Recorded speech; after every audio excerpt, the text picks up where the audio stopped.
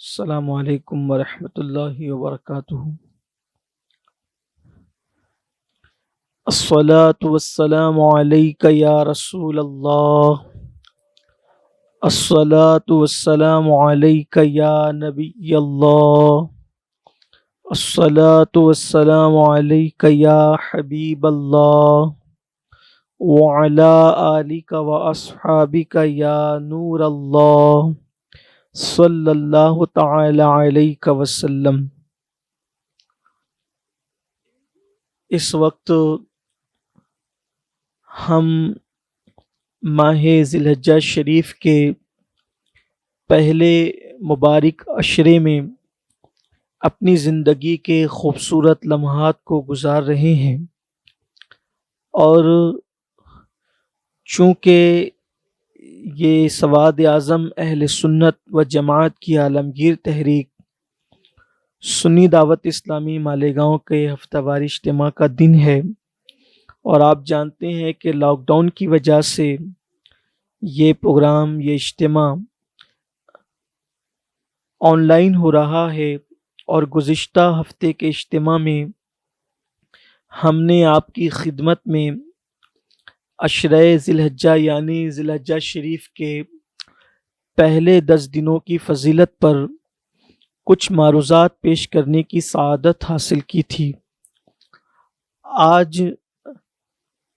فلسفہ قربانی کے حوالے سے، کیونکہ یہ مبارک مہینہ حج کا مہینہ بھی ہے، اور حج کے ساتھ ساتھ ایک عظیم اسلام کا شعار جسے ہم اور آپ قربانی کہتے ہیں، اس کا مبارک مہینہ بھی ہے۔ چونکہ ہر صاحب نصاب پر احناف کے نزدیک قربانی واجب ہے، تو یہ قربانی کیا ہے؟ اور چونکہ حضور اکرم صلی اللہ علیہ وآلہ وسلم سے صحابہ کرام رضوان اللہ تعالی علیہم اجمعین نے پوچھا تھا کہ یا رسول اللہ صلی اللہ علیہ وآلہ وسلم، یہ قربانی کیا ہے؟ تو آقا کریم رؤوف الرحیم صلی اللہ علیہ وآلہ وسلم نے فرمایا کہ یہ تمہارے باپ حضرت ابراہیم علیہ السلام کی سنت ہے۔ تو یہ سنت ابراہیمی کیوں ہے؟ اس کا فلسفہ کیا ہے؟ آج ہم اس پر کچھ گفتگو کرنے کی سعادت حاصل کریں گے۔ یہ بات اچھی طرح یاد رکھنے کی ہے کہ ہم اللہ کے بندے ہیں، اور بندے کے لیے سب سے بڑی چیز،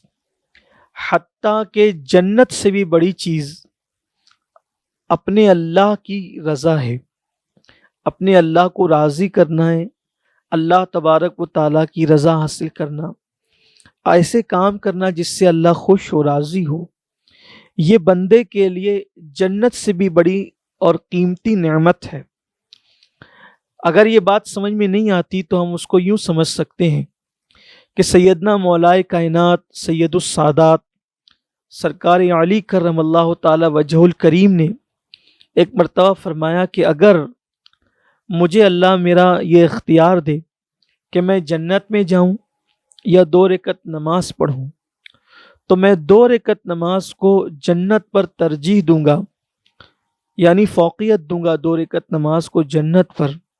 اور جو جواب آپ نے دیا تھا اس سے اظہار بندگی اور بندگی کا انداز اور فکر بندگی پتہ چلتا ہے۔ سرکار مولائے کائنات نے جب یہ کہا کہ اگر میرا اللہ مجھے اختیار دے کہ میں 2 رکعت نماز پڑھوں یا جنت میں جاؤں، تو میں جنت پر 2 رکعت نماز کو فوقیت دوں گا۔ وجہ کتنی خوبصورت بیان فرمایا وجہ یہ ہے کہ جنت میں میری خوشی ہے اور نماز میں میرے اللہ کی خوشی ہے، تو میں اپنی خوشی پر اپنے اللہ کی خوشی کو، اس کی رضا کو ترجیح دوں گا۔ تو ایک بندے کے لیے سب سے بہتر چیز اور سب سے خوبصورت چیز یہ ہے کہ بندہ اپنے اللہ کی رضا میں راضی رہے اور ایسے کام کرے، ہر وہ کام کر کے وہ گزر جائے اور ہر وہ کام کرے کہ جس سے اللہ راضی ہو، اور بلکہ جو بھی کام کرے، یہ کہ جو بھی کام کرے وہ اللہ کو راضی کرنے کے لیے کرے۔ اور اصل میں عبادت وہی ہے جس سے اللہ راضی ہو۔ جو کام اللہ کو راضی کرنے کے لیے نہ کیا جائے اس کا عبادت سے دور دور تک کا کوئی تعلق نہیں ہے۔ حتیٰ کہ معاذ اللہ اگر کوئی بندہ نماز بھی اللہ کی رضا کے علاوہ کسی اور نیت سے پڑھے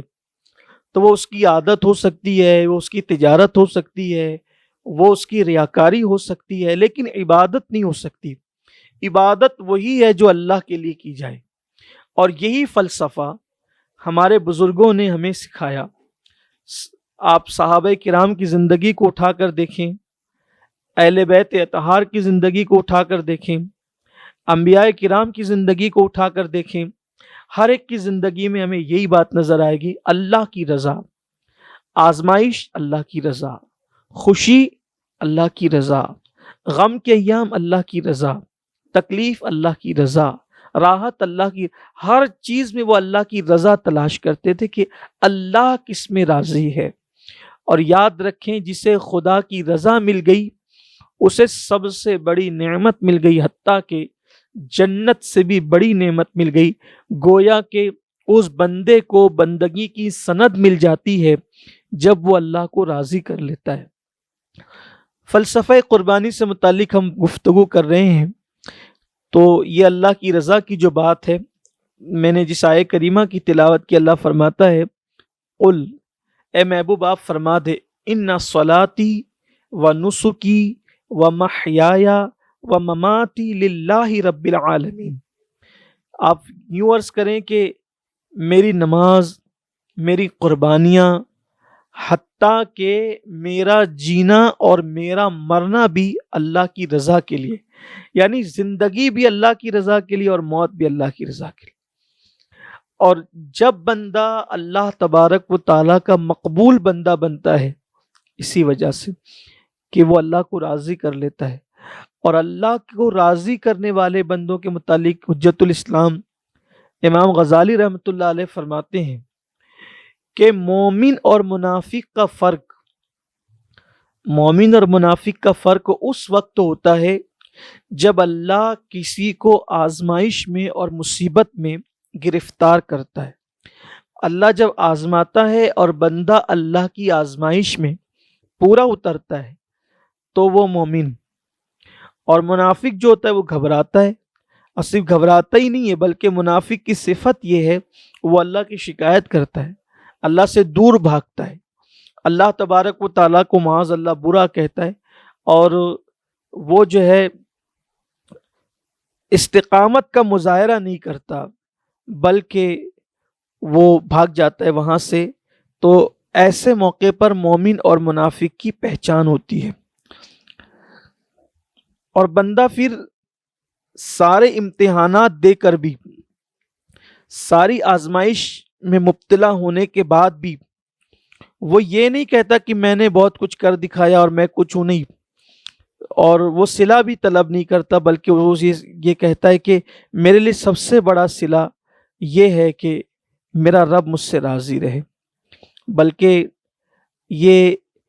عشق کا اصل مقام ہے کہ سب کچھ قربان کر کے بھی کوئی صلہ نہ مانگا جائے، بلکہ یہ کہ میرا یار مجھ سے راضی رہے، میرا رب مجھ سے راضی رہے۔ اس سلسلے میں ایک خوبصورت سا واقعہ یاد آتا ہے کہ سچوں کی پہچان آزمائش کے وقت ہوتی ہے، اور آزمائش میں بھی صرف یار کی رضا۔ کہتے ہیں کہ ایک دن لیلا نے حلوہ تیار کیا، اور حلوہ تیار کر کے اپنی کنیز سے کہا کہ باہر جاؤ اور میرا مجنو کھڑا ہے، یہ حلوہ اس کو دے دو۔ لیلا کی کنیز جب حلوہ لے کر گھر کے باہر نکلی تو حلوے کی خوشبو اور اس کی لذت کی خوشبو لوگوں کے مشام جاں کو جب معطر کرنے لگی تو وہاں بہت سارے لوگوں کی بھیڑ اکٹھی ہو گئی اور سب لوگ للچائی ہوئی نظر سے حلوے کو دیکھنے لگے۔ کنیز نے کہا کہ یہ حلوہ تو میری لیلا نے بنایا ہے، میری مالکہ نے، اور اس کو دینا ہے صرف مجنو کو۔ مجنو کدھر ہے؟ اور سب پکارنے لگے کہ انل مجنو انل مجنو، کہ میں مجنو ہوں میں مجنو ہوں، اور سب مجنو ہونے کا دعویٰ کرنے لگے۔ تو وہ لیلا کی کنیز تھی، وہ واپس اندر آئی اور اندر آنے کے بعد اس نے کہی ارے لیلا، تو نے تو کہا تھا کہ تیرا ایک ہی مجنو ہے، وہ باہر کھڑا ہے اور اس کو یہ حلوہ دینا ہے، لیکن وہاں تو بہت سارے مجنو کھڑے ہیں۔ لیلا نے کہا مجنو کون ہے اس کا ابھی اندازہ ہوگا، یہ حلوے کا تھال رکھو اور ایک خالی تشت لو اور اس میں ایک چھری لو، اور یہ لے جا کر کے پھر باہر کہنا کہ لیلا نے مجنو کے جسم کے گوشت کا حصہ مانگا ہے۔ پھر دیکھو امتحان ہو جائے گا کہ مجنو کون ہے۔ لیلا کی کنیز نے حلوے کا تھال رکھا،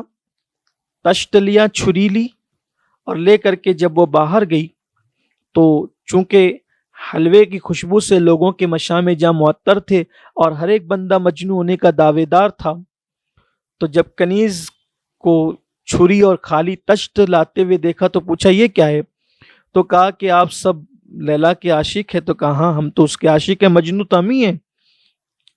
اور تو پھر کہا کہ جو مجنو ہے لیلا نے اس سے اس کے جسم کے گوشت کا ٹکڑا مانگا ہے۔ سارے بھاگ گئے، جو اصل مجنو تھا وہ کھڑا رہا اور اس نے چھری لی اور گوشت کا حصہ کاٹا اور کاٹ کر تشت میں رکھا، اور جب کنیز ہٹنے لگی تو کہا رکو، پھر دوسرا ٹکڑا کاٹا وہ بھی رکھا، تیسرا کاٹا وہ بھی رکھا، پورا تھال بھر دیا اور چھری رکھ کر ایک سرد آہ کھینچی، اور اس کے بعد کہنے لگا کہ لیلا نے گوشت کے ٹکڑے کی بات کی تھی لیکن یہ نہیں کہا تھا کہ اس کو ٹکڑا کہاں کا چاہیے، تو جہاں کا مجھے سمجھ میں آیا میں نے دے دیا ہے، لیکن لیلا سے کہنا کہ وہ اس کو قبول کر لے، اور اگر اس کو یہ پسند نہ آئے تو کہہ دیں کہ کہاں کا چاہیے، ہم وہاں کا دینے بھی تیار ہے۔ کہ اگر لیلا کہہ دے کہ دل کاٹ کے تشت میں رکھ دو تو ہم اس کے لیے بھی راضی ہے، لیکن یہ سب کچھ دے کر ہم احسان نہیں جتاتے، بلکہ صرف اتنا کہتے ہیں کہ لیلا سب لے لے اور ایک مرتبہ کہہ دے کہ مجنو میرا ہے۔ یہ تو بہت ممکن ہے کہ کوئی فرضی داستان ہو یا جو بھی ہو، مگر اس سے پتہ چلتا ہے کہ کون اللہ کا بندہ ہے۔ اس حکایت سے ہم کچھ سمجھ سکتے ہیں۔ سمجھنے سمجھانے کے لیے ایک مثال تھی، اللہ کی ذات مثال سے پاک ہے، مثل سے پاک ہے، لیکن صرف سمجھنے کے لیے کہ لیلا کا عاشق حلوے سے سمجھا نہ گیا، پہچانا نہ گیا۔ حلوہ آیا تو سبھی نے کہا کہ ہم مجنو ہیں، لیکن جب دینے کی بات آئی تو اس وقت پتا چلا کہ اصل لیلا کا کون ہے۔ بلا تمثیل رزق مل رہا ہے، اولاد مل رہی ہے، نعمتیں مل رہی ہے، اچھے لباس مل رہے ہیں، لقمہ تر مل رہا ہے، سب کچھ مل رہا ہے، تو ہم اللہ کے بندے، ہم اللہ کے بندے۔ لیکن جب اللہ آزمائش ڈالے تب بندہ۔ بزرگان دین اور صوفیاء کرام فرماتے ہیں کہ اللہ کا سچا بندہ وہی ہے کہ جس کو نعمت ملنے سے جتنی خوشی ہوتی ہے، جب تک مصیبت ملنے پر اس کو اتنی خوشی نہ ہو، اس وقت تک وہ اللہ کا سچا بندہ نہیں ہو سکتا۔ اب ہم احتساب کریں اپنا کہ کیا واقعی ہم ایسے آزمائش اور مصیبتوں پر بھی خوش ہوتے ہیں؟ اور یہی فلسفہ قربانی ہے۔ قربانی کا فلسفہ یہ ہے۔ اور بزرگوں نے فرمایا کہ جب اللہ کسی بندے کو پسند کرتا ہے تو اس کو آزمائش اور مصیبت میں گرفتار کرتا ہے، اس کا امتحان لیتا ہے۔ جب وہ امتحان میں کامیاب ہو جاتا ہے تو پھر اللہ تعالیٰ اس کو اپنا بندہ خاص بنا لیتا ہے۔ اللہ تعالیٰ نے حضرت ابراہیم علیہ السلام کو بھی آزمایا۔ اللہ تعالیٰ قرآن میں فرماتا ہے کہ ہم نے ابراہیم کو وَإِذِ ابْتَلَىٰ ابراہیم، ہم نے ابراہیم کو مبتلا کیا، آزمائش میں مبتلا کیا۔ مفسرین فرماتے ہیں کہ حضرت ابراہیم علیہ السلام کی پوری زندگی میں اللہ نے انہیں 10 باتوں سے آزمایا۔ اللہ نے حضرت ابراہیم علیہ السلام کو 10 باتوں سے آزمایا۔ اب وہ 10 باتیں کون کون سی ہے، اس میں مفسرین کا بہت اختلاف ہے اور مختلف اقوال ہیں،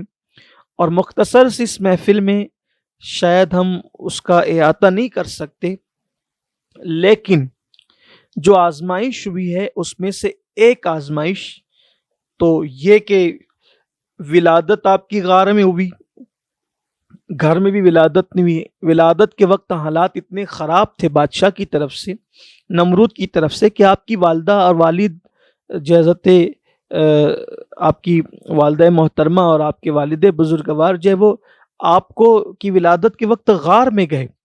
اور ولادت جیسے ہوئی تو آپ کے والدین، آپ کی والدہ اور آپ کے والد جو ہے وہ اس خوف سے کہ کہیں بادشاہ کے کارندے آ کر کے ہمیں پکڑ نہ لیں، ہمارے نومولود کو قتل نہ کر دیں، بچہ چھوڑ کر آ گئے۔ آزمائش تھی اللہ کی طرف سے۔ پھر اس کے بعد جب شعور کو پہنچے تو پھر وہ بتوں کا معاملہ، پھر بت شکنی کا واقعہ، پھر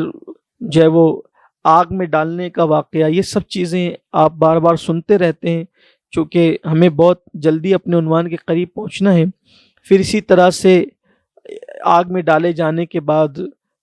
آپ کی ہجرت، آپ نے جو ہے وہ بابل سے ہجرت کی، اور پھر آپ جو ہے وہ مصر گئے اور وہاں پہنچے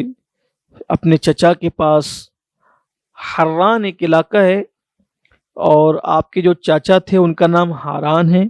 حاران ہی سے منسوب یہ حران کہلاتا ہے۔ تو وہاں یہ آپ کے چچا کی بہت خوبصورت بیٹی تھی حضرت جو وہ حاران کی، ان کا نام حضرت سارہ تھا رضی اللہ تعالیٰ عنہ۔ بلکہ عورتوں میں سب سے زیادہ خوبصورت جو ہے وہ جس کا حسن مشہور ہوا ہے، سب سے زیادہ جس کا حسن عورتوں میں مشہور ہوا ہے وہ حضرت سارہ ہے، اور مردوں میں جن کا حسن مشہور ہوا ہے وہ حضرت یوسف علیہ السلام۔ بلکہ کہا جاتا ہے کہ حضرت یوسف علیہ السلام کو ان کی دادی حضرت سارہ کے حسن کا حصہ ملا تھا،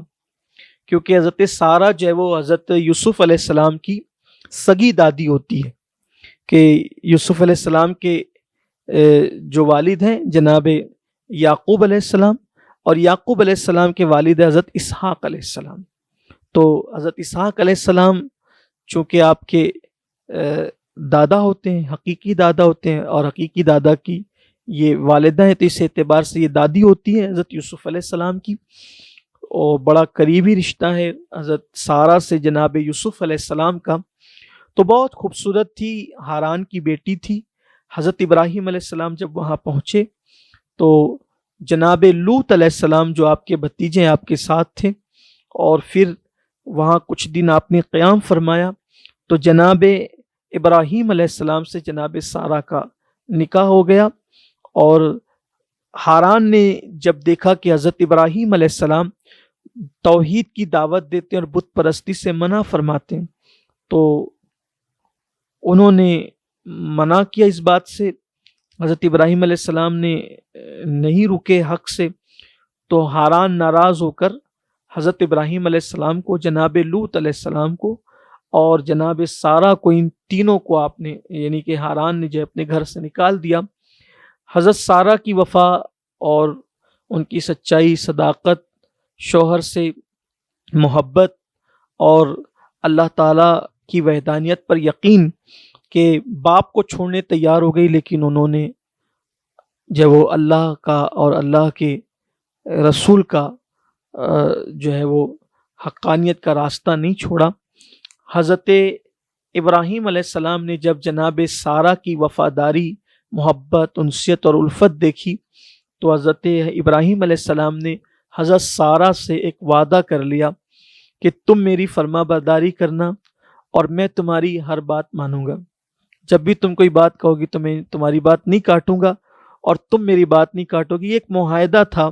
اللہ کے پیغمبر حضرت ابراہیم علیہ السلام کا، جو آپ نے اپنی بیوی جناب سیدہ سارہ رضی اللہ تعالی عنہ سے کیا تھا۔ اب وہاں سے آپ حران سے نکل کر آپ فلسطین پہنچے، اور آپ کی یہ دوسری ہجرت تھی، بلکہ جب آپ فلسطین پر قدم رنجہ آپ نے فرمایا تو فلسطین کے لوگوں نے حضرت ابراہیم علیہ السلام کا بڑا پرتپاک استقبال کیا اور اپنی کھیتی باڑی حضرت ابراہیم علیہ السلام کو سپرد کر دی، ہدیتاً دے دیا، تحفتاً دے دیا، کہا کہ آپ یہاں رہے۔ اللہ تعالیٰ کو اہل فلسطین کی ادا اتنی پسند آئی کہ اللہ رب العزت نے ان کی کھیتی باڑی میں بہت برکت عطا کی، بے پناہ برکت اللہ تعالیٰ نے عطا فرمائی، اور وہاں پر حضرت ابراہیم علیہ السلام لوط علیہ السلام کو لے کر کھیتی باڑی کرنے لگے۔ چونکہ مختصر میں ہمیں بیان مکمل کرنا ہے اور یہ ذکر چونکہ بار بار آپ سنتے رہتے ہیں تو بہت مختصر کر کے اس کو ہمیں پائے تکمیل تک آج ہی پہنچانا ہے، کیونکہ پھر اگر آئندہ ہفتے میں وقت ملے گا انشاءاللہ تو ہم جو ہے وہ قربانی سے متعلق بھی کچھ باتیں آپ سے کرنی ہیں، اور آن لائن چونکہ پروگرام ہوتا ہے لوگ سامنے نہیں ہوتے ہیں تو جو ہے وہ پھر اختصار بھی ملحوظ رکھنا ہوتا ہے۔ تو حضرت ابراہیم علیہ السلام جب فلسطین جا رہے تھے، مصر سے جو ہے وہ یعنی حران سے نکل کر تو راستے میں مصر آتا تھا، بلکہ مورخین کا کہنا یہ ہے کہ یہ مصر کا ہی ایک علاقہ ہے۔ تو جب آپ جا رہے تھے تو جناب سارہ کو مصر کے بادشاہ نے جو ہے وہ قید کر لیا، معاذ اللہ۔ وہ عورتوں کا بڑا دلدالہ تھا، اور جب وہ حضرت سارہ رضی اللہ تعالی عنہا کو اس کے سپاہی لے گئے، اور جب بادشاہ نے انہیں جو ہے وہ قید کیا، اور قید کرنے کے بعد جب ان کی طرف دست درازی اور ان کے ساتھ بدنیتی کرنی چاہیے تو اس کے دونوں ہاتھوں کو اور اس کے وجود کو فالج ہو گیا اور اس کے ہاتھ کام نہیں کیے۔ پھر جناب سارہ نے دعا کی تو دعا کی برکت سے پھر اس کے ہاتھ ٹھیک ہو گئے۔ اسی طرح دوسری اور تیسری مرتبہ بھی ایسا ہی ہوا، اس کی بدنیتی بڑھی، اور جب وہ بدنیتی کرتا تب جو ہے وہ سزا پاتا۔ آخر کار اس نے کہا کہ آپ کوئی برگزیدہ بندی ہیں، اور جو واقعہ آپ کے ساتھ پیش آیا ہے بے عین ہی ایسا ہی واقعہ ایک اور عورت ہے، اس کے ساتھ بھی ایسا ہی، کہ جب میں نے اس کی طرف جب بھی ہاتھ بڑھایا تو جیسا آپ کے ساتھ ہاتھ بڑھانے پر انجام ہوا ویسے اس کے ساتھ بھی، اس کا نام ہاجرہ ہے۔ اور پھر کہا کہ شاید وہ آپ کے قبیلے کی ہو، خاندان کی ہو، اس نے اپنے طور پہ کہا کہ میں وہ آپ کو سونپتا ہوں۔ تو جب حضرت سارہ لوٹی ہے حضرت ابراہیم علیہ السلام کی طرف تو یہ حضرت ہاجرہ کو لے کر لوٹی۔ اس طرح سے اب یہ 4 نفری قافلہ فلسطین پہنچا، اور جب فلسطین پہنچا تو آپ سن چکے کہ اہل فلسطین نے محبتیں دی، اللہ کے پیغمبر کا استقبال کیا، اپنی کھیتی باڑی حضرت ابراہیم علیہ السلام کو ہدیتاً دی۔ وہاں جب آپ کھیتی باڑی کرنے لگے اور خوشحالی آ گئی، اللہ نے بہت مال و دولت سے نواز دیا، تو جناب سارہ نے حضرت ابراہیم علیہ السلام سے عرض کیا کہ ہمارے پاس یہ خاتون ہاجرہ ہیں، بڑی حسین ہے، خوبصورت ہیں، اور چونکہ اب ہماری عمر جو ہے کافی بڑھ رہی ہے اور ابھی تک ہمارے گھر میں کوئی اولاد نہیں ہے، اگر آپ ہاجرہ سے نکاح کر لیں تو ہو سکتا ہے اللہ اس سے اولاد عطا فرما دے۔ تو حضرت ابراہیم علیہ السلام نے حضرت سارہ رضی اللہ تعالیٰ عنہ کی استدعا پر، گزارش پر حضرت ہاجرہ سے نکاح فرمایا، اور جب حضرت ہاجرہ سے نکاح فرمایا تو نکاح کے بعد پھر بہت جلد ہی اللہ تعالیٰ نے حضرت ابراہیم علیہ السلام نے چونکہ دعا بھی کی تھی رب حب لی من الصالحین، یہ آپ کی بڑی مشہور دعا ہے، اور جس کو اولاد نہ ہوتی ہو اگر کوئی بندہ حضور قلب کے ساتھ ہر نماز کے بعد اس دعا کو پڑھے رب حب لی من الصالحین، تو اللہ تعالیٰ اسے اولاد بھی عطا فرمائے گا. جن کو بیٹیاں ہی بیٹیاں ہیں، بیٹا نہیں ہے، اگر وہ بھی یہ دعا کو پڑھے تو اللہ تعالیٰ اس کو جو ہے وہ بیٹا بھی عطا فرمائے گا. بہت مبارک دعا ہے، اللہ کے پیغمبر کی دعا ہے. اور یہاں رک کر ایک بات عرض کرنا چاہتا ہوں کہ اہل فلسطین نے ابراہیم علیہ السلام کو کھیتی باڑی دی، ان کی مدد کی، ان کی نصرت کی. اللہ تعالیٰ نے ان کو بھی خوشحال کیا، بہت مالا مال کیا. ادھر نمرود، جس کو اللہ تبارک و تعالیٰ نے 800 سال عمر عطا فرمائی، 800 سال سے زیادہ عمر عطا فرمائی، 400 سال اس نے بادشاہت کی. اور جب 400 سال کی عمر میں پہنچ کر اس بدبخت نے حضرت ابراہیم علیہ السلام کو آگ میں ڈالا، اللہ کے پیغمبر کو، تو ابراہیم علیہ السلام تو پھر آگ گلزار ہو گئی، آپ اس کو بھی جانتے ہیں. جب آپ ہجرت کر چکے تو اللہ تعالیٰ نے نمرود کی قوم پر مچھر کا عذاب نازل فرمایا. اتنے مچھر بھیجے اللہ کے پیغمبر کے ساتھ، چونکہ انہوں نے بہت ظلم کیا، زیادتی کی، تو اللہ نے اتنے مچھر بھیجے کہ سورج کی روشنی بھی نہیں پہنچ پاتی تھی، سورج کی روشنی چھپ گئی تھی، اتنی بڑی تعداد میں مچھر آئے اور مچھروں سے اللہ تعالیٰ نے ان کو ہلاک کیا. لیکن قدرت کی شان یہ دیکھیں آپ کہ پوری قوم کے اکثر لوگ ہلاک ہو گئے، نمرود بچا رہا. وہ قوم کا انجام دیکھنے کے لیے مچھروں نے نمرود کی قوم کے گوشت کو چاٹ دیا، حتیٰ کہ ہڈی ہڈی کر دی، ان کی ہڈی ہڈی بکھیر دی اکثریت کی. اور پھر بعد میں نمرود پر اللہ تعالیٰ نے ایک لنگڑا مچھر مسلط کیا، اور وہ لنگڑا مچھر اس کی ناک کے ذریعے سے دماغ میں گھسا اور وہ جو ہے وہ اس کا دماغ چاٹتا. اور پھر وہ مچھر گھسا کر قدرت نے پھر نمرود کو مزید 400 سال کی زندگی عطا کی. یعنی 400 سال اس نے حکومت کی، اور اللہ کے پیغمبر کو جب اس نے تکلیف دی، اللہ کے نبی سے نفرت کی، دین حق سے نفرت کی، تو پھر وہ لنگڑے مچھر کے عذاب میں گرفتار ہوا. اور جو تخت پر بیٹھتا تھا، بڑی ڈینگیں مارتا تھا، حکومت پر نازا تھا،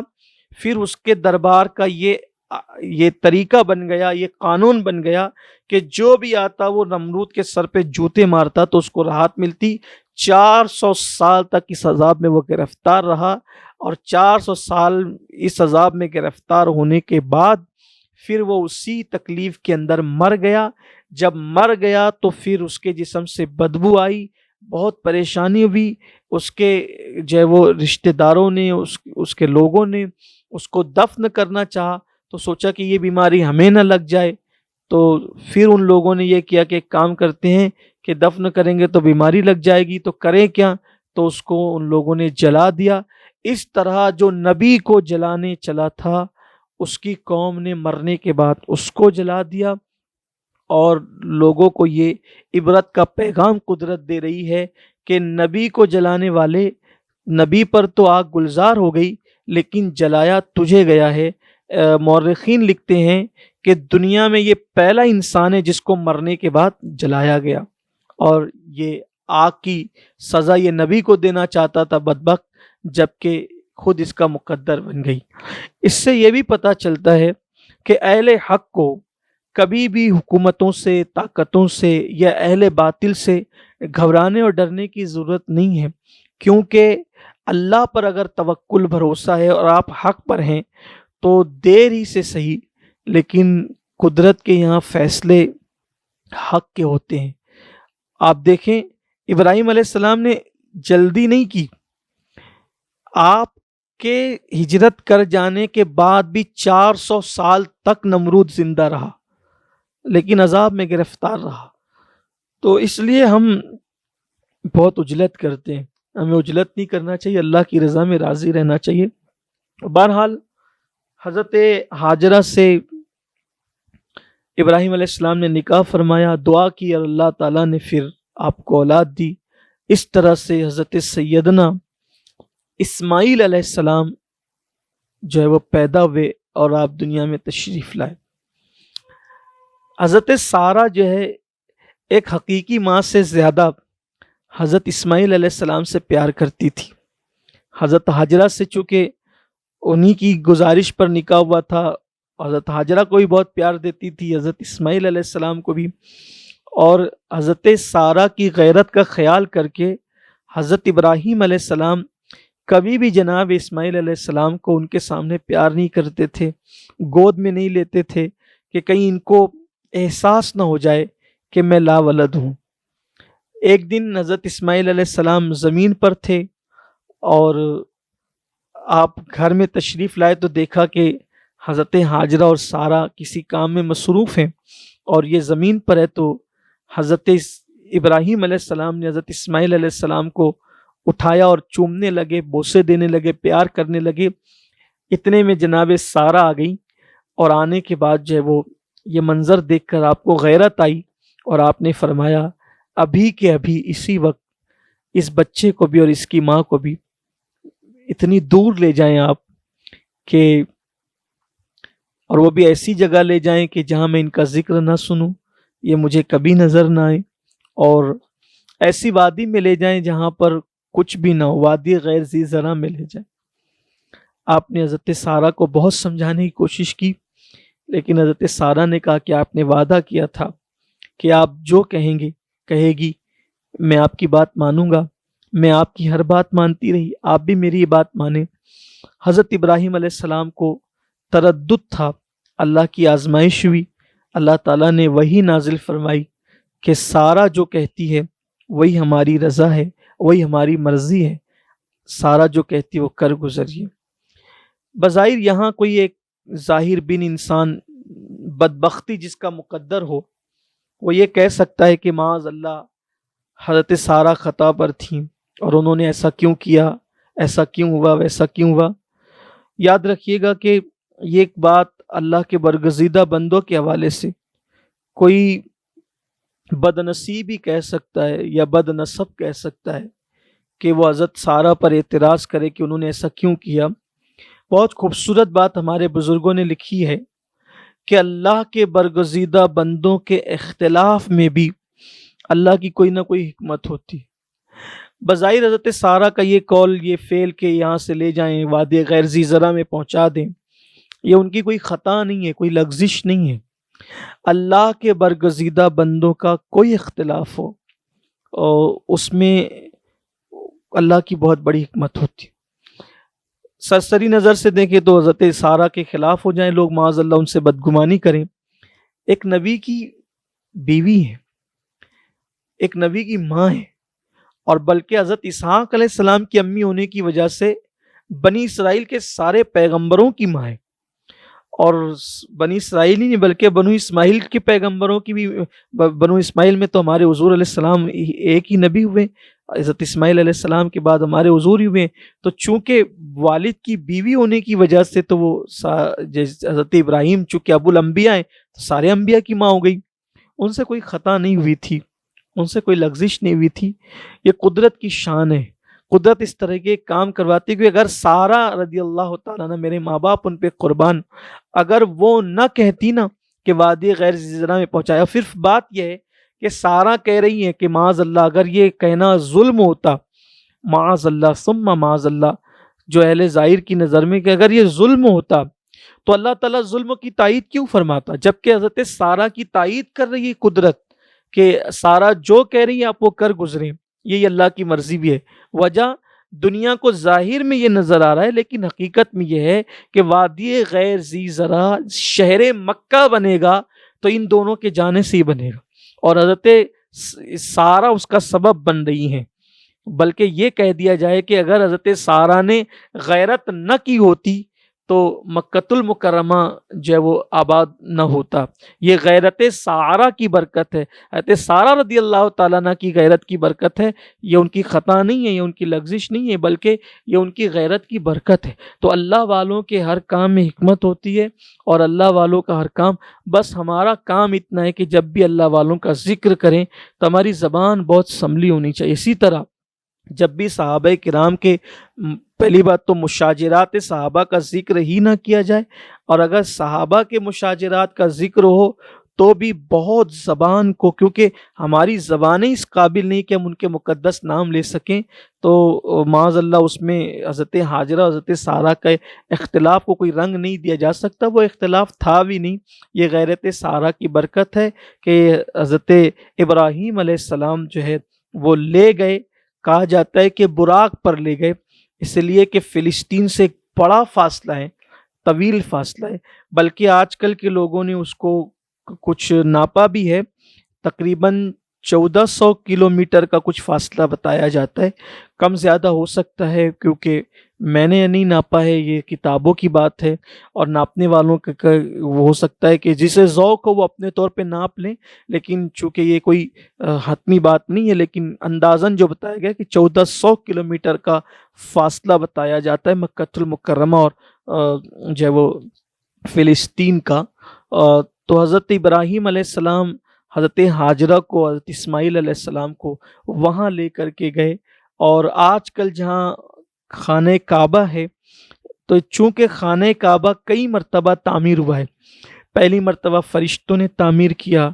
پھر دوسری مرتبہ حضرت آدم علیہ السلام نے تعمیر کیا، پھر جب طوفان نوح آیا تو کعبۃ اللہ شریف اٹھا لیا گیا۔ تو اب چونکہ جب ابراہیم علیہ السلام وہاں پہنچے تھے تو کعبۃ اللہ شریف کی کوئی عمارت وہاں موجود نہیں تھی، اس کی بنیادوں کے ہلکے سے نشانات تھے، لیکن چونکہ کعبہ وہاں پہلے سے تھا، وہاں کعبۃ اللہ شریف پہلے سے تھا، اور فرشتوں نے پہلے بنایا، پھر حضرت آدم علیہ السلام نے بنایا، اور پھر طوفان نوح کے وقت وہ اٹھا لیا گیا۔ جب اٹھا لیا گیا تو نشانات ختم ہو گئے تھے، ہلکے سے کچھ اس کے آثار باقی تھے۔ تو وہاں پر حضرت ابراہیم علیہ السلام یہ دونوں کو لے کر پہنچے، کھجور کی تھیلی دی، پانی دیا، اور پھر اس کے بعد آپ نے حضرت ہاجرہ سے الوداعی سلام کیا، ان کی طرف دیکھا بھی نہیں، کہ اب چونکہ یہ اللہ کا حکم تھا کہ سارا جو کہتی ہے وہ کر گزرے، تو اب جناب سارا کا ذکر ہی کیا، وہاں تو اللہ کا حکم ہے کہ یہ کریں آپ۔ اور جب آپ گزرنے لگے یعنی چلنے لگے تو آپ نے اکلوتے شیرخوار بیٹے کو بھی نہیں دیکھا، خوبصورت بیوی کو بھی نہیں دیکھا، بس صرف اس خوف سے کہ اگر میں بیوی اور بیٹے کو دیکھوں تو کہیں اللہ کے حکم پر عمل کرنے میں مجھ سے کوتاہی نہ ہو جائے، تو آپ نے دیکھا بھی نہیں حضرت ہاجرہ۔ دیکھیے یہ آزمائش ہے، اللہ کی طرف سے آزمائش، کہ حضرت ابراہیم علیہ السلام اتنی آزمائشوں سے گزرے ہیں، اور اب یہ آزمائش، اور آپ اچھی طرح جانتے ہیں کہ انسان پر جو تکلیف آتی ہے تو وہ انسان جھیل لیتا ہے، لیکن اولاد کی جدائی، آپ اس کو آج کے دور میں بہت ترقی کر گئی ہے ٹیکنالوجی، اگر بیوی میکے چلی جائے تو فون پہ بھی بات ہو جاتی ہے، اور مگر اس کے باوجود بھی جو ہے وہ گھر بچوں سے خالی خالی لگتا ہے، چھٹیاں گزارنے کے لیے بچے چلے جاتے ہیں گھر سے نانی کے یہاں، ماموں کے یہاں، تو گھر سونا سونا لگتا ہے، تو کیسے عجیب کیفیت ہوتی ہے۔ اور چند دنوں کے بعد انہوں نے پھر آنا ہے، پلٹ کر آنا ہے، 2 دن کے بعد، 4 دن کے بعد، چھٹیاں گزارنے کے بعد پھر بھی بار بار فون کرتے ہیں، ہم کال کرتے رہتے ہیں، آتے ہیں جاتے ہیں۔ لیکن یہ اللہ کے پیغمبر کی آزمائش دیکھیں کہ آپ وادی غیر ذی زرع میں چھوڑ کر جا رہے ہیں، پلٹ کر دیکھتے بھی نہیں ہیں، صرف اللہ کا حکم ہے، اور جب آپ نکلتے ہیں تو حضرت ہاجرہ ننھے سے معصوم اسماعیل علیہ السلام کو گود میں لے کر پیچھے پیچھے جاتی ہیں، اور جب آپ پیچھے پیچھے جاتی ہیں تو حضرت ابراہیم علیہ السلام سے کہتی ہے کہ آخر مجھ سے کیا غلطی ہوئی ہے، کیا خطا ہوئی ہے، کیا لغزش ہوئی ہے، آپ مجھے چھوڑ جا رہے ہیں، آپ کوئی جواب بھی نہیں دیتے۔ اور اس کے بعد پھر حضرت ابراہیم علیہ السلام کو وہ اتنا کہتی ہے کہ کیا یہ اللہ کا حکم ہے؟ اللہ کے پیغمبر سے کہتی کیا یہ اللہ کا حکم ہے؟ حضرت ابراہیم علیہ السلام کہتے ہیں ہاں یہ اللہ کا حکم ہے۔ اتنا سنتی ہے تو سننے کے بعد کہتی ہے کہ جب یہ میرے اللہ کا حکم ہے تو میرا اللہ میرے لیے کافی ہے، اور میرا اللہ مجھے ضائع نہیں فرمائے گا۔ آپ بیٹھ گئی ٹیلے کے پاس، کھجور کی تھیلی لے کر، پانی کا مشکیزہ لے کر، اور کھجوریں کھاتی تھی، پانی پیتی تھی، ننھے سے اسماعیل علیہ السلام کو دودھ بھی پلاتی تھی، اور پھر جب حضرت اسماعیل علیہ السلام دودھ پیتے تھے، پرسکون تھے۔ یہاں ایک بات عرض کر دوں کہ اس کو دلیل بنا کر کوئی بھی اپنے بچے کو یا بیوی کو بلا وجہ جو ہے جنگل میں یا بیابان میں نہیں چھوڑ سکتا۔ وجہ یہ ہے کہ وہ اللہ کا حکم تھا، اللہ کے پیغمبر تھے، اللہ نے ان پہ وحی کی تھی، اس لیے انہوں نے ایسا کیا، اور جو کام اللہ کرنے کا حکم دیتا ہے تو اللہ تعالیٰ اس کی محافظت بھی فرماتا ہے۔ معاذ اللہ اس کو کوئی دلیل بنا کر کے یہ نہ کرنا شروع کر دیں۔ اور اگر کوئی آج کی تاریخ میں ایسا کرے گا کہ جنگل و بیابان میں بیوی بچے کو چھوڑ دے گا، معاذ اللہ کہ معاذ اللہ میں سنت ابراہیمی پہ عمل کر رہا ہوں، تو اس کے لیے جائز نہیں ہوگا، اس لیے کہ وہاں کے کچھ معاملات مخصوص ہوتے ہیں، انبیاء کرام صاحب وحی ہوتے ہیں، اور یہ ان کے اپنے معاملات ہیں۔ تو ہمیں جتنا کرنے کا حکم دیا گیا ہمیں اتنا ہی کرنا چاہیے، اس سے زیادہ ہمیں کرنے کی کوشش نہیں کرنا چاہیے، ورنہ جو وہ انسان حدوں کو توڑے گا تو نقصان اٹھائے گا۔ تو پھر حضرت ابراہیم علیہ السلام جو ہے واپس لوٹ گئے، حضرت ہاجرہ اسماعیل علیہ السلام کو لے کر بیٹھی رہی، پانی ختم ہو گیا، کھجوریں بھی ختم ہو گئی، اور جب کھجور اور پانی ختم ہو گیا تو پھر چونکہ آپ کے سینے میں جو اسماعیل علیہ السلام کے لیے غذا تھی وہ بھی خشک ہو گئی، اور آپ رونے لگے تو پریشان ہوئی، اور حضرت اسماعیل علیہ السلام کو لٹا کر آپ پانی کی تلاش میں صفا مروہ کی طرف دوڑ لگاتی رہی۔ بالآخر دوڑ لگاتے ہوئے آپ کو خیال آتا کہ میرے بچے کو کہیں درندہ نہ اٹھا لے جائیں، تو آپ واپس تیزی کے ساتھ دوڑ کر کبھی صفا پر کبھی مروہ پر، کبھی صفا پر کبھی مروہ پر، بالآخر آپ کے کانوں میں کچھ آواز سی آئی، تو آپ کو حیرت ہوئی کہ یہاں کون سی آواز ہے، یہاں تو کوئی آتا ہی نہیں، یہاں تو کوئی پرندہ بھی پر نہیں مارتا، یہ آواز کون سی ہے؟ تو سوچا کہ اس وقت یہ آواز کسی فرشتے ہی کی ہو سکتی ہے، اور آپ نے جب دیکھا تو کہ حضرت اسماعیل علیہ السلام کے پاس ایک فرشتہ کھڑا ہے، اور حضرت اسماعیل علیہ السلام کے ایڑیاں رگڑنے کی برکت سے پانی کا چشمہ جاری ہوا۔ آپ پانی کا چشمہ دیکھ کر بڑی خوش ہوئی، اور خوش ہو کر کے آپ نے جب وہ چشمہ پھوٹ پڑا اور جلدی سے اس کو آپ نے کہا زم زم، ٹھہر ٹھہر۔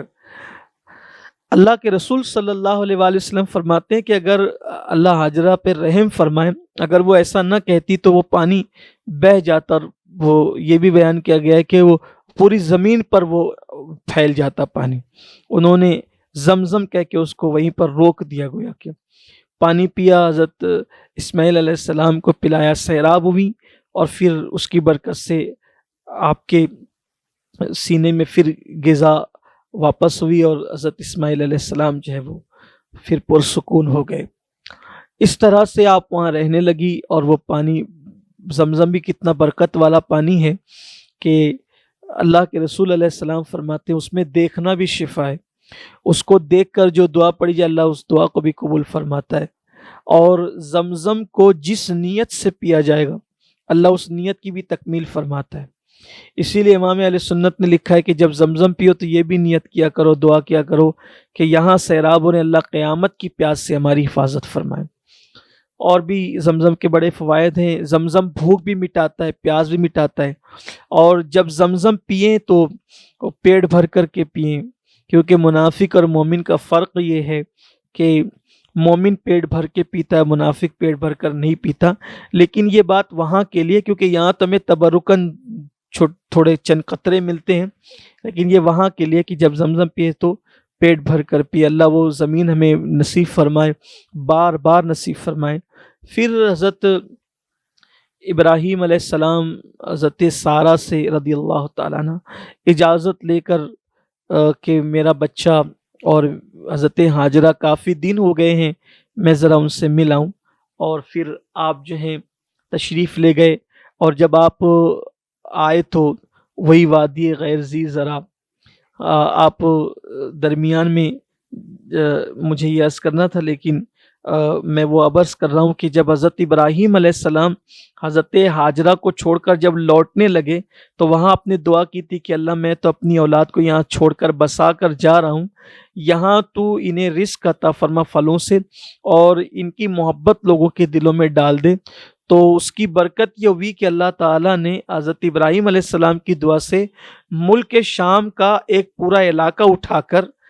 زرخیز اس زمین پر ڈال دیا جسے ہم طائف بھی کہتے ہیں، اور حیرت ہوتی ہے کہ وہ چٹیل میدانوں میں اللہ نے طائف کو زرخیز کر دیا، اور دعائے خلیل کی برکتیں آج نظر آتی ہے کہ مکہ شریف کی مارکیٹ میں ہر موسم کا پھل جو ہے وہ 12 مہینوں میں آپ کو ملے گا، اور ہر جگہ سے اچھی کوالٹی میں ملے گا۔ یہ برکت ہے دعائے ابراہیم کی علیہ السلام۔ اور پھر جوک در جوک لوگ آتے بھی ہیں، لوگوں کی دلوں میں محبت ہے۔ کوئی مسلمان آپ کو ایسا نہیں ملے گا کہ جس کو اللہ تعالیٰ نے ایمان کی دولت سے نوازا ہو اور وہ مکۃ المکرمہ جانے کی تمنا نہ کرتا ہو، حرم خدا دیکھنے کی تمنا نہ کرتا ہو۔ اور چونکہ اب تو دور ابراہیمی کے بعد مصطفیٰ جان رحمت کا دور آیا، تو ہمارے آقا کی ولادت بھی وہاں ہوئی اور پھر وصال مدینہ منورہ میں ہوا، تو ہمارے لیے تو دوہری خوشی ہے کہ ہم جب مکہ شریف جاتے ہیں تو بارگاہ رسالت کی حاضری بھی جو ہے وہ ہوتی ہے۔ اور اللہ کا شکر ہے، عاشقوں کی طبیعت تو یہ ہے کہ وہ دربار رسالت کی حاضری کی نیت سے گھر سے نکلتے ہیں اور پھر کعبۃ اللہ شریف کی زیارت کا شرف بھی حاصل کرتے ہیں۔ کعبے کا نام تک نہ لیا، طیبہ ہی کہا، پوچھا تھا ہم سے جس نے کہ نوزت کدھر کی ہے، اس کے طفیل حج بھی خدا نے کرا دیے، اس کے طفیل حج بھی خدا نے کرا دیے، اصل مراد حاضری اس پاک در کی ہے۔ اللہ اکبر۔ تو بڑی شان والا حرم ہے اللہ کا اور اس کی بڑی برکتیں ہیں۔ وہ ابراہیم علیہ السلام حضرت سارہ سے اجازت لے کر جب آئے تو آنے کے بعد دیکھا کہ حضرت اسماعیل علیہ السلام اپنے قدموں پر چلنے لگے، اور شعور کی منزلوں پر، یوں تو اللہ کا نبی دنیا میں آتا ہی یہ ہے باشعور، لیکن صرف سمجھنے سمجھانے کے لیے جب آپ کی عمر و شریف جو ہے وہ پہنچی کہ آپ کسی یعنی کام کرنے کے قابل ہو گئے، تو اللہ تعالیٰ نے حکم دیا کہ آپ کعبۃ اللہ شریف بنائیں۔ یعنی وہی بنا جو فرشتوں کی بنا تھی، اس پر حضرت ابراہیم علیہ السلام نے کعبۃ اللہ شریف کی انہی بنیادوں پر تعمیر شروع کی۔ ذی الحجہ شریف کی 1 تاریخ کو آپ نے کام شروع کیا اور 25 ذی القعدہ شریف کی 1 تاریخ کو، یعنی ذی الحجہ سے پہلا جو مہینہ آتا ہے شوال کے بعد والا اور بقرعید سے پہلے والا، بیچ کا جو میں نا ذی القعدہ جو ہوتا ہے، اور ذی القعدہ کی 1 تاریخ کو آپ نے کعبہ شریف کی تعمیر شروع کی، اور ٹھیک 25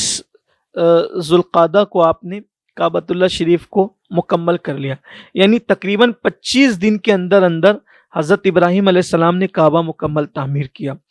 اسماعیل علیہ السلام گارا لالا کر دیتے تھے اور ابراہیم علیہ السلام اس کو تعمیر کرتے تھے، اور جو تعمیر تھی وہ جنت سے سامان آیا ہوا تھا، اور ایک جنتی پتھر تھا، اسی پہ کھڑے ہو کے کعبہ کی تعمیر ہوتی تھی، اور جیسے جیسے دیوار بڑھتی جاتی تھی وہ جو ہے وہ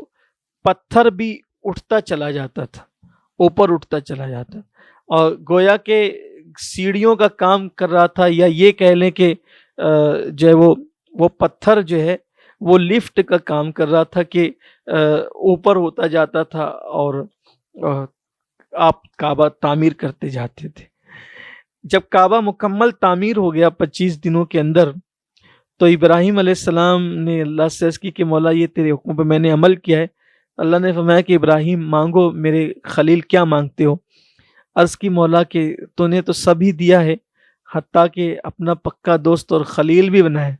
بس اب ایک تمنا یہ ہے کہ مجھے اپنے آخری نبی کا دادا بنا دے، کہ آخری نبی میری اولاد میں پیدا فرما، یعنی محمد مصطفیٰ صلی اللہ علیہ وسلم کا مجھے جد بنا دے، کیونکہ حضرت ابراہیم علیہ السلام جانتے تھے کہ کائنات تو انہی کے صدقے میں بنی ہے۔ تو جب نام محمد آپ کی زبان پر آیا تو وہ پتھر جس پر آپ کھڑے ہو کر کعبہ شریف تعمیر کر رہے تھے اتنا نرم ہو گیا کہ نام محمد کے سنتے ہی وہ اتنا نرم ہوا کہ ابراہیم علیہ السلام کے قدموں کا نشان اس پتھر کے اندر عکس کے طور پر آ گیا، جو آج بھی موجود ہے، جسے ہم مقام ابراہیم کہتے ہیں۔ کتنی خوبصورت سی بات ہے۔ مفسرین لکھتے ہیں کہ جو پتھر نام محمد سن کر نرم ہو گیا، اللہ نے قیامت تک کے لیے اس پتھر کو عزت والا بنا دیا، اور دنیا جو ہے وہ آج بھی جاتی ہے تو اسی پتھر کے قریب جو ہے وہ واجب الطواف جو نفل نماز ہے وہ ادا کرتی ہے۔ پھر ابراہیم علیہ السلام نے جب کعبہ بنا لیا، 25 ذی القعدہ کو کعبے کا کام مکمل ہوا، اب آپ جو ہے وہ حضرت ہاجرہ اور حضرت اسماعیل کے ساتھ رہنے لگے۔ انہی دنوں پھر ایک اور حکم آ گیا کہ جب ذی الحجہ شریف کا مہینہ شروع ہوا، 7 دن ذی الحجہ کے گزرے تھے، اس حضرت ابراہیم علیہ السلام نے 8ویں شب کو ایک خواب دیکھا کہ حکم ہو رہا ہے کہ اسماعیل کو ہماری راہ میں قربان کر دو، ذبح کر دو۔ حالانکہ آج کسی کے لیے، جیسا کہ میں نے عرض کیا، کہ جائز نہیں ہو سکتا کہ وہ خواب دیکھ کے بچہ ذبح کرے، کیونکہ یہ وہی تھی، کیونکہ نیند جو ہوتی ہے نا، وہ بادشاہ کو اور عوام کو ایک کر دیتی ہے، شاہ و گدا ایک ہو جاتے ہیں، امیر غریب ایک ہو جاتے ہیں، نیند سب کے لیے یکساں ہے۔ لیکن یہ اللہ کے نبی کی شان ہے کہ نیند بھی نبیوں کے برابر کسی کو نہیں آتی، اور نیند میں بھی کوئی نبی کے برابر نہیں ہو سکتا۔ ہم سوتے ہیں تو وضو ٹوٹ جاتا ہے، جو کیفیت ہوتی ہے آپ سب جانتے ہیں، لیکن اللہ کے نبی جب سوتے ہیں تو ان کے دل بیدار رہتے ہیں، ان کا وضو نہیں ٹوٹتا۔ اور ہم خواب دیکھتے ہیں تو سچے بھی ہوتے ہیں، جھوٹے بھی ہوتے ہیں۔ اللہ کے نبی جو خواب دیکھتے ہیں تو وہ وہی ہوتی ہے، اور ان کا خواب وہی ہے۔ اور حضرت ابراہیم علیہ السلام نے دیکھا کہ حکم ہوتا ہے کہ اکلوتا بیٹا ذبح کر دو، تو آپ نے خواب دیکھا تو دن بھر آپ جو ہے وہ سوچ میں رہے، آپ سوچ میں رہے کہ کیا کیا جائے۔ اسی لیے 8 ذی الحجہ کو یوم ترویہ کہا جاتا ہے، یعنی سوچ کا دن۔ پھر آپ نے خواب دیکھا 8 کا دن گزر کر 9ویں شب کو کہ ذبح کا حکم ہو رہا ہے، تو پھر آپ نے یعنی کہ آپ نے جو وہ فیصلہ کر لیا کہ مجھے اسماعیل علیہ السلام کو ذبح کرنا ہے۔ تو چونکہ آپ پر معاملہ مکمل کھل گیا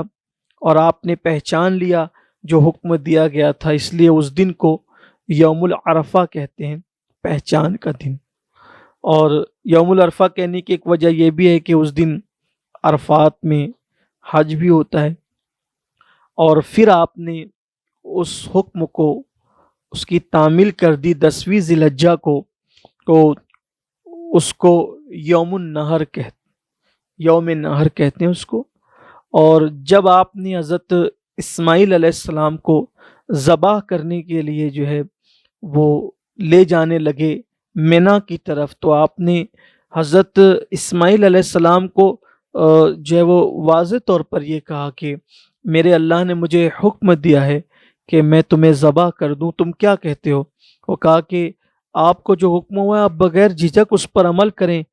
کہ انشاءاللہ آپ مجھے صبر کرنے والا پائیں گے۔ اور ایک طویل واقعہ اس کے ساتھ بھی ہے کہ حضرت ابراہیم علیہ السلام جب لے جانے لگے تو چونکہ وہ آپ کی عمر شریف چھوٹی تھی، بعض مفسرین کے نزدیک آپ کی عمر 13 سال کی تھی، یعنی آپ جب سن بلوغ کو پہنچنے لگے تھے تب آپ کی عمر ہے۔ اس پر عمر شریف پر بھی متعدد اقوال ہیں، لیکن ہم اس کی تفصیل میں نہیں جاتے۔ اکثر جو بزرگوں کا قول ہے ہم وہ آپ کے سامنے پیش کر رہے ہیں کہ 13 سال کی لگ بھگ آپ کی عمر شریف رہی ہوگی تب آپ کو ذبح کرنے کے لیے لے جایا گیا۔ اور پھر جب آپ لے جا رہے تھے مینا کی طرف تو شیطان نے حضرت ہاجرہ کو ورغلانا چاہا، ماں تھی، کہ ابراہیم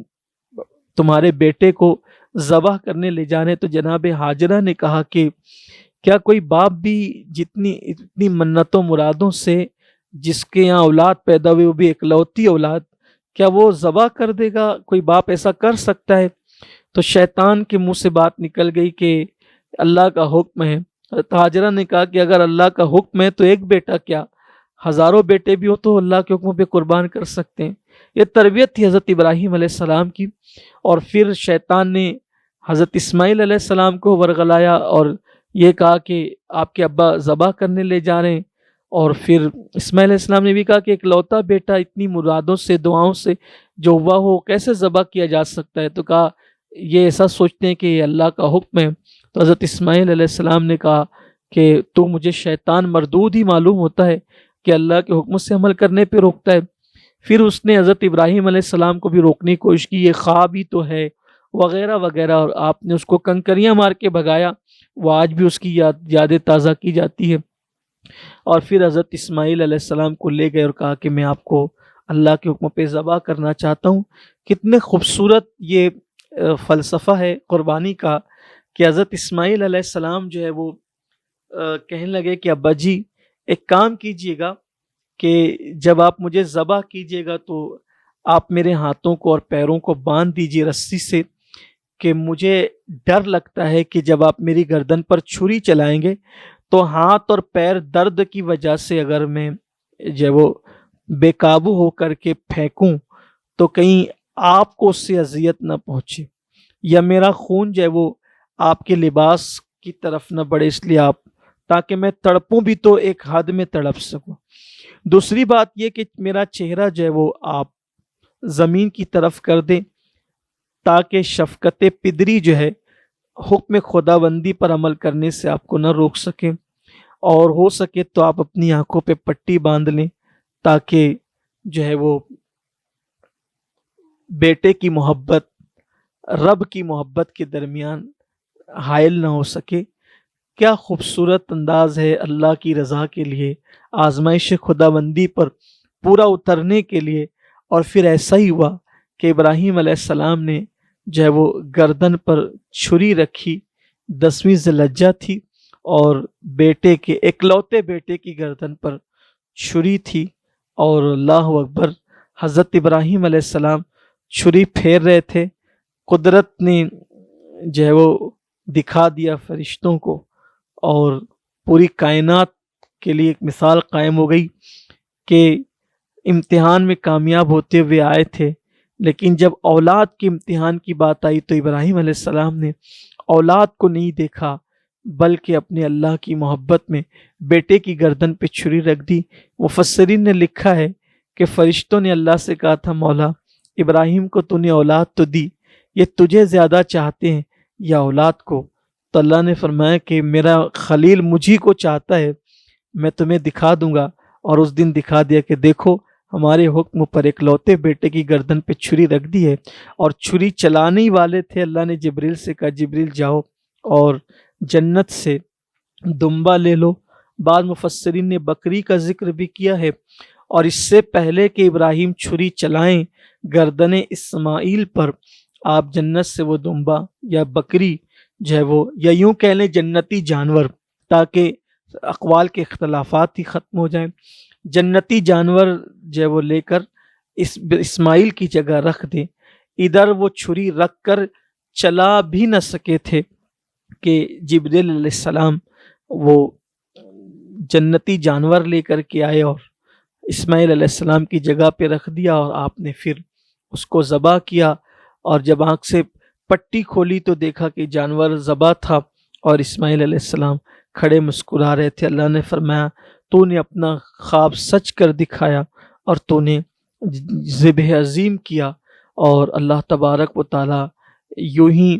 آزماتا ہے، اور آزمانے پر جب لوگ پورے اتر جاتے ہیں تو اللہ تعالیٰ یہ صلہ بھی عطا کرتا ہے۔ تو یہ جو قربانی حضرت اسماعیل علیہ السلام کی، ابراہیم علیہ السلام اللہ کے حکم پہ دینے کے لیے نکلے تھے، قربانی تو قبول ہو گئی اور حضرت اسماعیل علیہ السلام بھی بچ گئے، اور پھر یہ یادگار جو ہے وہ باقی ہے ہنوز اب تک، اور انشاءاللہ قیامت تک باقی رہے گی۔ تو ہم جو قربانی کرتے ہیں وہ اسی آزمائش کی یادگار ہیں، اور ہمیں قربانی کرنا چاہیے انشاءاللہ تعالی۔ قربانی کس طرح کرنا چاہیے، قربانی کے فضائل کیا ہیں، ہم آئندہ ہفتے اس پر گفتگو کریں گے۔ اللہ سے دعا ہے کہ اللہ تعالی ہمیں صدقہ خلیلی عطا فرمائیں، اور خلیل کے صدقے صدقہ حبیب بھی عطا فرمائیں، اور اللہ تعالیٰ میں ایمان و سنت پہ قائم رکھے۔ گفتگو کے درمیان اگر کوئی غلطی ہو تو اللہ معاف فرمائے۔ استغفر اللہ ربی من کل ذنب واتوب الیہ وما علینا الا البلاغ۔ السلام علیکم ورحمۃ اللہ وبرکاتہ۔